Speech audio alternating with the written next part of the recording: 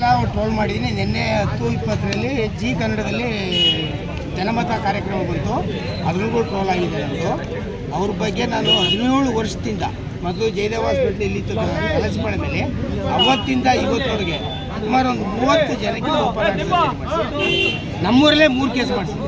ಈಗ ಹುಡುಗ ಹೇಳಿದ್ನಲ್ಲ, ಅದು 3 ವರ್ಷದ ಮಗು ಇವನೋಗಿ ಯಾವುದೋ ಪ್ರೈವೇಟ್ ಹಾಸ್ಪಿಟ್ಲಿಗೆ ಹೋಗಿ ಕೊಡೋ ಅಂತಾನೆ 2,75,000 ಕೇಳಿದ್ರು. ನಾನು ಬೈದು ಬೇಡಪ್ಪ ಹೋಗಿ ನೀನು ಸಾಹೇಬ್ರು ಫೋನ್ ಮಾಡ್ತೀನಿ ಅಂದರೆ ಹೋಗಿ ನೇರವಾಗಿ ಇವನೇ ಭೇಟಿ ಮಾಡ್ಬಿಟ್ಟಿದ್ದ. ಫೋನ್ ಮಾಡಿ 7 ವರ್ಷ ಇವನೇ ಭೇಟಿ ಮಾಡ್ಬಿಟ್ಟಿದ್ದ. ಆದರೂ ಅವ್ರು ಸಹಾಯ ಮಾಡಿ 8,000 ದುಡ್ಡು ಕಟ್ಬಿಡ್ತೀವಿ. ತಾಯಿ 8,000 ವಾಪಸ್ ಕೊಟ್ಟು ಆ ಮಗುದು ಪೂರ್ತಿ ಖರ್ಚನ್ನು ಡೋನರ್ಸಿಂದ ಹಾಕಿ ಆಪ್ರೇಷನ್ ಮಾಡ್ಕೊಳ್ಸೋದು. ಇಲ್ಲಿ ಒಂದು ಕೇಸು.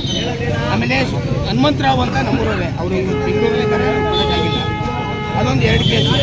ಆಮೇಲೆ ಕೂಟ್ಕಲಲ್ಲಿ ಅಂತ ಅವ್ರದ್ದೊಂದು ಕೇಸು, ಧಾರಾಪುರದಲ್ಲಿ ನಾರಾಯಣಪ್ಪ ಅಂತ ಒಂದು ಕೇಸು, ಕುಣಗದಲ್ಲಿ 3 ಕೇಸು, ನೇತನಹಳ್ಳಿ ಒಂದರೊಳಗೆ 4 ಕೇಸು. ಪೇಷಂಟ್ ಹೆಸರು ಗೊತ್ತಿಲ್ಲ ಅಷ್ಟೇ ನನಗೆ, ಬಟ್ ಏನೋ ಫೋನ್ ಮಾಡಿ ಹೇಳೋದು, ನಾನು ಸಾಹೇಬ್ರು ಫೋನ್ ಮಾಡಿ ಹೇಳೋದು, ಹೋದ ತಕ್ಷಣ ಅಟೆಂಡ್ ಮಾಡಿದ್ದಾರೆ. ತಮ್ಮ ಹೆಸರು ಸರ್? ಪುಟ್ಟಸ್ವಾಮಿ ಅಂತೇಳಿ ಇಟ್ಕೆ ಬೇಕ್ರಿ ಮಾಲೀಕರು. ಆಮೇಲೆ 17 ವರ್ಷ ಅವರು ಯಾವತ್ತು ಇಲ್ಲಿಂದ ಕಲಸಿಪಾಳ್ಯ ಮೇಲೆ ಇದ್ದಲ್ಲ, ಫಸ್ಟ್ ಕೇಸು ನಮ್ಮ ಹೆಂಡತಿ ತಂದೆ ಕರ್ಕೊಂಡೋಗಿದ್ದೆ.